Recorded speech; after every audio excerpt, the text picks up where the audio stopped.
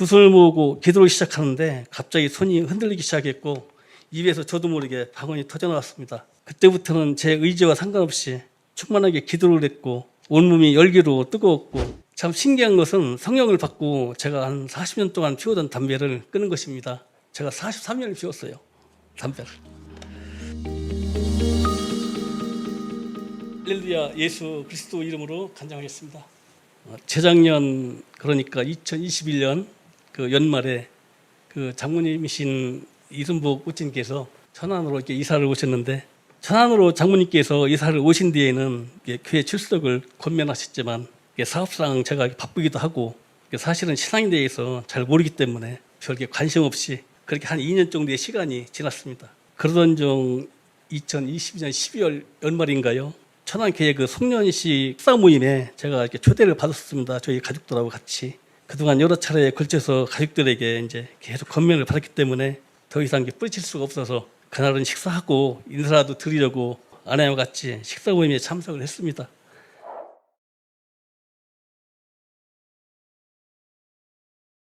식사 모임에 가서 받은 첫 느낌은 신도들이 처음 만난 저를 모두 이렇게 한 가족처럼 대해주셨고 서로 가족처럼 지내는 모습이 너무 이렇게 좋아 보였어요.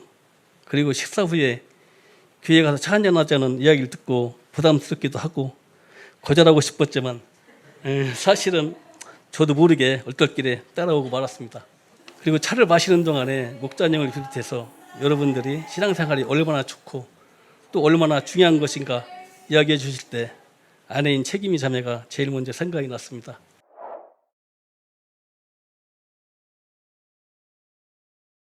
왜냐하면 책임이 자매는 그 손주들을 뒷바라지 하느라 많이 힘들고 지쳐 있었기 때문에 저보다는 책임이 자매가 귀에 나오는 것이 급하다고 생각했기 때문입니다.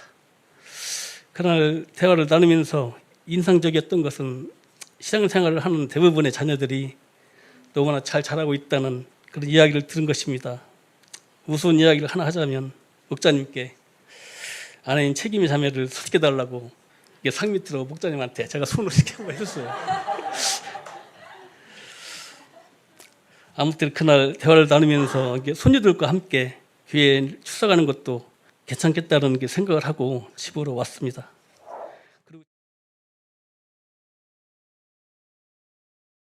그리고 집에 가서 바로 아들과 손주들을 모아놓고 우리가 이제부터라도 할머님의 뜻을 받들어서 신앙생활을 시작해보자는 뜻을 모았습니다. 그리고 아내인 책임의 자매가 이틀 장모님이신 이순복 모친님께 전화를 드리고자 장모님께서는 눈물을 흘리시면서 감격해 했습니다. 저 처음으로 장모님이라고 말씀드리는 것 같네요. 43년 동안 장모님이라고 한 번도 말씀 안 드렸는데 어머니였어요, 저한테는. 요원으로 딸에게 써놓으셨던 편지도 읽어주시면서 눈물을 많이 흘리셨다고 들었어요. 이제 감사하게도 2023년 첫 주부터 저희 부부와 그리고 보와 건우 이렇게 네 가족과 평소 손자처럼 돌보던 서연이까지 교회 출석을 시작하게 되었습니다.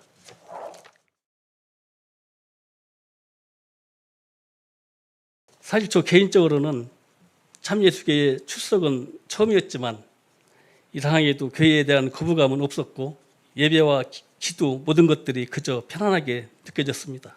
교회를 출석한 이래로 항상 말씀을 드렸지만 참예수교회는 가족처럼 너무 좋은 분위기가 느껴졌고 모두 성도님들이 다 천사처럼 보여서 너무 좋았습니다.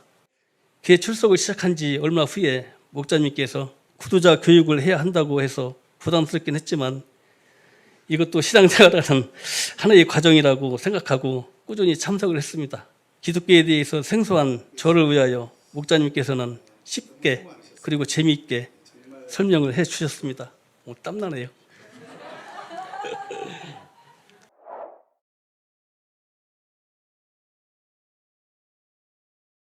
그래서 구두자 교육을 받는 동안에 천국과 지옥에 대한 이야기를 듣고 감동도 받았고 나도 예수님을 잘 믿어서 천국을 가야겠다는 소망이 생겼습니다.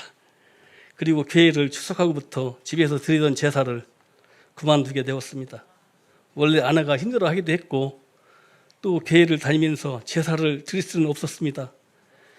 교회 출석을 시작한 지 3개월 정도 지날 무렵 안식일 오전 예배 시간에 장모님께서 안수 기도를 받으라고 하셨고 순종하는 마음으로 안수 기도를 받기 시작했습니다.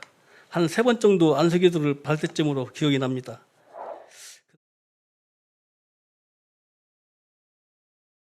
그날이 4월 1일이었는데 안식일 오전 예배 시간에 안수 기도 받을 때 온몸이 뜨거운 열기가 느껴지고 지금 마냥 땀과 눈물이 많이 났었습니다.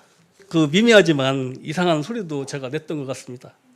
처음 겪는 일이라 당황도 되고 이상한 기분도 들었어요. 점심시간에 화평반 신도들에게 이야기를 하니 모든 분들이 성령의 감동을 받으신 것 같다고 이야기도 해주셨어요. 사실은 원래 그날은 오전 예배만 드리고 월요일에 있을 공사를 준비하려고 했습니다. 그런데 그 일도 있었을 뿐만 아니라 혼자만 안식일에 먼저 빠져나간다는 것이 미안하기도 해서 오해도 남게 되었습니다.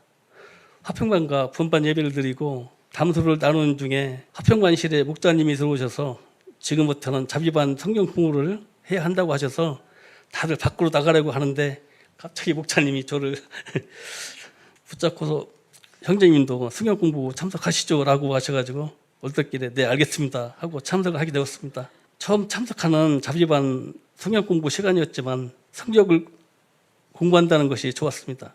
그리고 성경 공부를 마치고 나서는 목사님께서 안수 기도를 특별히 해주시겠다고 하셨습니다. 아마도 중국에서 오신 교포 신도도 그 자리에 있었고 나중에 안 사실이지만 오전에 제가 성령의 감동이 있었다고 들으시고 특별히 안수 기도를 해주신 것이었습니다.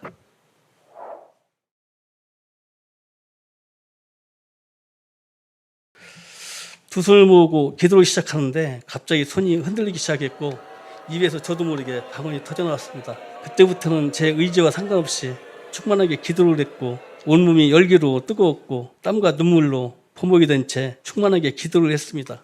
기도가 끝난 뒤에 목사님께서는 제가 성령을 받으셨다고 선언을 해주셨고 그 이야기를 듣자 갑자기 손으로 얼굴 감싸며 울었던 것 같습니다. 참 이상한 것은 저는 원래 이렇게 나약한 사람이 아닌데 교회만 오면 제가 조금 약해지는 것 같아요. 눈물도 많이 흘리고.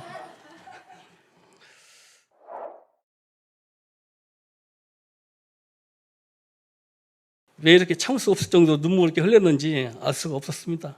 성령을 받을 때뿐만 아니라 사실은 그 뒤로 계속 교회 올 때마다 눈물이 계속 납니다. 아마도 성령을 받은 감동도 컸고 하나님께서 저를 인도해 주시기 때문이라고 확신합니다.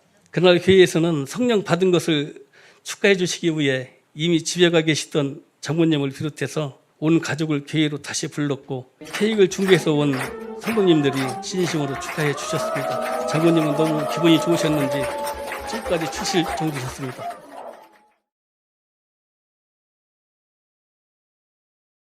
참 신기한 것은 성령을 받고 제가 한 40년 동안 피우던 담배를 끊은 것입니다. 담배를 제가 너무 좋아했었습니다. 그래서 건강 때문에 몇 번이나 끊으려고 했어도 의의대로 잘 안 됐었어요. 그런데 신기하게도 성령을 받고 나서는 담배를 피우고 싶은 생각이 전혀 나지 않습니다. 제가 43년을 피웠어요, 담배를. 제 의지로 담배를 끊는 것도 아니라 하나님께서 담배를 끊도록 도와주셨다고 생각이 됩니다.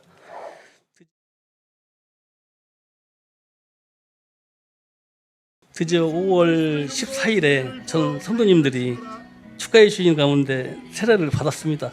평소에 남들이 세례 받는다는 이야기를 많이 듣긴 했지만 정작 제가 세례를 받고 보니 가슴이 벅차오르고 그 자체는 저에겐 감동적인 그런 일이었습니다. 지금도 그때만 생각을 하면 눈물이 납니다. 죄송합니다. 지금까지 참 예수교회에 출석하면서 성도님께서 말로 이렇게 표현할 수 없는 사랑을 제가 많이 받았습니다.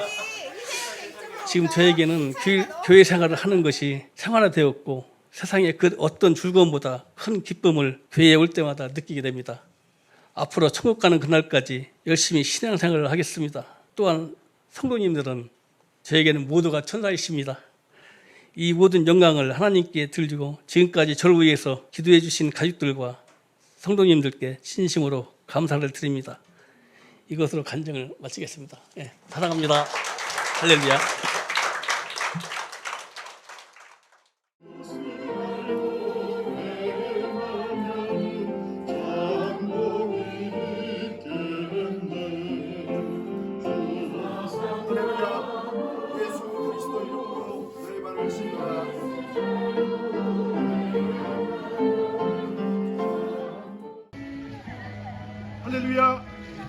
예수 그리스도 이름으로 세례를 주어 너희 죄를 씻노라. 할렐루야.